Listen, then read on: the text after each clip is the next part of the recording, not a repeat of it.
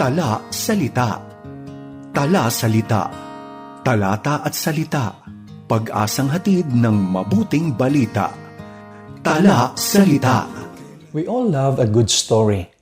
A well-crafted story contains a beginning, middle, and end. The plot keeps the reader engaged as conflict moves to resolution. However, it's the characters in the story that give life to the plot. Ang mga tauhan ang kadalasang nakakakonekta sa mga mambabasa at nananatili sa alaala kahit tapos na ang kwento. Huminto ka sandali at isipin ang ilan sa iyong mga paboritong tauhan sa isang paboritong kwento. Naalala mo ba ang pelikulang Castaway? It's about the Federal Express executive named Chuck, played by Tom Hanks. Chuck was on a business trip when his cargo plane crashes in the Pacific Ocean. He survives the crash and floats on a raft to a deserted island. Chuck was never found, and for 4 years, he will live in isolation, disconnected from humanity. Eventually, nagsimulang anurin sa dalampasigan ng mga package mula sa eroplano na dapat sana ay maihatid sa mga tao, at binuksan ni Chuck ang mga ito. Sa isa sa mga package ay may isang Wilson volleyball. Ang volleyball ay naging isang mahalagang tauhan sa kwento. Pinangalanan niya itong Wilson. After 4 years, sa wakas, nagkaroon sila ng pagkakataong makalabas ng isla gamit ang isang pansamantalang raft.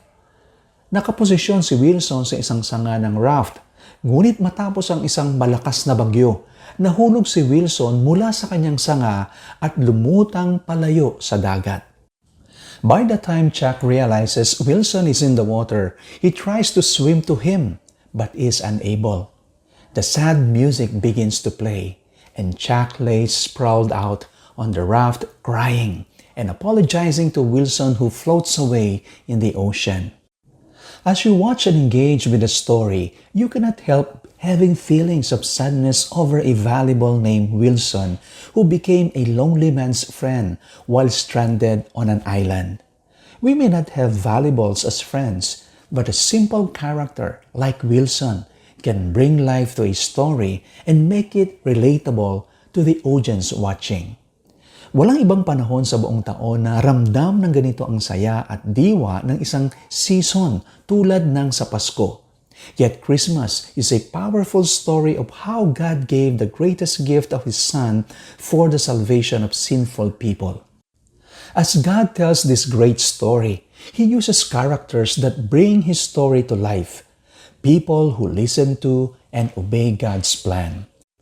There are moments when what God calls these people to do will appear impossible. But as we will see, obedience rules the day and the impossible becomes a reality. Samahan niyo po akong basahin ang Luke chapter 1 verses 5 through 15 para sa pag-aaral natin sa araw na ito. In the days of Herod, king of Judea, there was a priest named Zechariah of the division of Abijah, and he had a wife from the daughters of Aaron, and her name was Elizabeth. And they were both righteous before God, walking blamelessly in all the commandments and statutes of the Lord. But they had no child because Elizabeth was barren, and both were advanced in years. Now while he was serving as priest before God, when his division was on duty, according to the custom of the priesthood, he was chosen by lot to enter the temple of the Lord and burn incense. And the whole multitude of the people were praying outside at the hour of incense. And there appeared to him an angel of the Lord standing on the right side of the altar of incense. And Zechariah was troubled when he saw him, and fear fell upon him.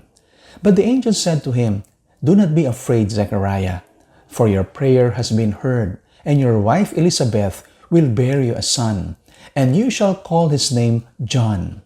And you will have joy and gladness, and many will rejoice at his birth, for he will be great before the Lord." Ang unang tauhan sa kwento ng Pasko ay si Zacarias, ang ama ni Juan Bautista. Bagamat hindi madalas na iniuugnay ang tauhang ito sa kapanganakan ni Kristo, ang sanggol na siya ay magiging ama ang siyang mauuna sa Panginoon upang ihanda ang kanyang daraanan. John will be born a few months ahead of Jesus and will go throughout the land preparing people for the coming Messiah. This story is not about John the Baptist, but is about what happens to Zechariah 9 months before John is born. What we will learn from Zechariah's story is something we can relate to. First, we see in our passage the delusion of deficiency.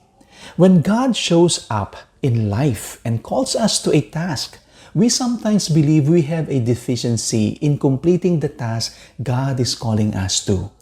That deficiency can be a crutch and is used to deflect or prevent or divert us away from God's plan and to disqualify us from being used of God according to His plan. Whatever we think our deficiency might be, we must always remember that God has the power to work through us despite what we believe is a problem.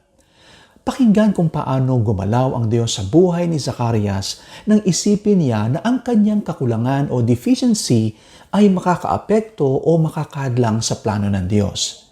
Sa Lucas Kabanatang 1, talatang 5 hanggang 7, malalaman natin ang ilang detalye tungkol kay Zacarias at sa kanyang asawa na si Elizabeth. Luke tells us Zechariah was a priest in the division of Abijah. Now we learn in 1 Chronicles chapter 24 that David organized the priests according to their appointed duties in their service in the temple, according to the procedure established by Aaron as the Lord commanded. In verse 19 of 1 Chronicles chapter 24. Zechariah was in the 8th division of this structure established by David. Elizabeth was also in the line of Aaron. Both parents walked blamelessly according to the law. But they did not have any children because Elizabeth was barren, and both were advanced in years. When God decides to include people in His plan, age is never an issue He considers. Makikita natin sa kasulatan na puno ito ng mga kabataan at matatanda na tinutupad at nagagampanan ng plano ng Diyos ayon sa Kanyang kalooban. We all need to keep an open mind to the Lord's leading and never disqualify ourselves because of some apparent deficiency. Maybe you think your age or a physical handicap disqualifies you from being used of God in life. You need to set that thinking aside and listen to the Lord's instruction and allow Him to work through an obedient attitude. Secondly, we see in the passage the divine declaration. It was Zechariah's turn to perform his duties as priest in the temple. As Zechariah had done many times before, he entered the temple to the altar of incense to execute his duties as the people waited outside for him to return. During this normal routine, pinili ng Diyos na i-interrupt si Zacarias sa kanyang mga gawain upang ihatid ng isang powerful na mensahe. May kakaiba o interesting na paraan ng Diyos sa paggamit ng karaniwang routine sa buhay para ipakita ang kanyang plano. As Zechariah is performing his priestly duties, an angel of the Lord is standing to the right of the altar. As is typical in Scripture, when an angel appears to speak to a person, the first words from their mouth is, "Do not be afraid." I think it's safe to say that we would be afraid also if an angel showed up to give us a message from God. This is what God does, and the angel communicates this powerful message to Zechariah. We read in Luke chapter 1 verses 13 through 17, "But the angel said to him, 'Do not be afraid, Zechariah, for your prayer has been heard, and your wife Elizabeth will bear you a son, and you shall call his name John. And you will have joy and gladness, and many will rejoice at his birth, for he will be great before the Lord. And he must not drink wine or strong drink, and he will be filled with the Holy Spirit, even from his mother's womb. And he will turn many of the children of Israel to the Lord their God. And he will go before him in the spirit and power of Elijah, to turn the hearts of the fathers of the children and the disobedient to the wisdom of the just, to make ready for the Lord a people prepared." Maraming bagay ang matututuhan natin mula sa talatang ito tungkol kay Juan Bautista. Sinabi na siya'y magiging dakila sa harap ng Panginoon at siya'y mapupuno o mapupuspos ng banal na Espiritu mula pa sa sinapupunan ng kanyang ina. Ipinapakita nito ang sovereignty o kapangyarihan ng Diyos sa kaligtasan at natututuhan natin ang mga detalye ng kanyang ministeryo upang ihanda ang mga tao para sa pagdating ng Mesyas. As we engage with the angel's communication, what comes into view is the importance of this character and the reason why he should be part of our Christmas story. Without John the Baptist, the prophetic scriptures concerning his ministry would not be fulfilled, according to Malachi chapter 3, therefore destroying the authority of God's word. But God is executing his plan in his time with his people. We read these biblical accounts of normal, ordinary people interacting with God's messengers and message. Kung hindi tayo mag-iingat, maaari nating akusahan ang mga taong ito na hindi nakikinig sa iniutos ng Diyos. I often wonder how I would respond. I do not believe I would be joyfully jumping up and down because of what God was telling me in that dramatic moment. In fact, I might be tempted to run the other way or look for another sign to verify what God was telling me in that moment. Truth is, God does communicate to me and you in other ways, primarily through His Word. As I read and engage with God's message to me, I must ask myself, how obedient am I to His instructions? Gaano nga ba ako kamasunurin sa mga iniutos ng Diyos sa akin? Zechariah begins a conversation with the angel who is identified as Gabriel and who makes this powerful identifying statement. I stand in the presence of God and I was sent to speak with you and to bring you this good news. Tandaan, ang mga anghel ay mga mensahero na ipinapadala ng Diyos at ipinapahayag lamang nila ang gusto ng Diyos na sabihin o nais iparating ng Diyos. Nang marinig ni Zacarias ang sinabi ni Gabriel tungkol sa mangyayari, ito ay naging personal na mensahe ng Diyos para sa kanya. Hindi siya agad natuwa. Sa halip, nagtataka siya kung paano magaganap at matutupad ang plano. They are both advanced in years and Elizabeth is barren, which reminds us of Abram and Sarah. The sign Gabriel gives Zechariah comes in the form of a mild rebuke. Zechariah will not be able to speak for 9 months until the baby born. Zechariah's time in the temple was longer than expected by the people because of this angelic conversation. When he finally emerges from the temple, he is unable to speak. He returns home to Elizabeth, where she conceives a child. This pregnancy will stay with Elizabeth for 5 months. Siya ay nagtago, hindi lumabas ng bahay ng 5 buwan. When was the last time you sought God's plan for your life? Kailan mo huling hinanap kung ano ang plano ng Diyos para sa buhay mo? Para kay Zacarias at Elizabeth, tila nanalangin sila sa isang pagkakataon para sa isang anak at tutugon ng Diyos sa kanilang panalangin. But Zechariah would still wonder. Hindi pa rin maiwasan ni Zacarias ang pagdududa. We do the same thing.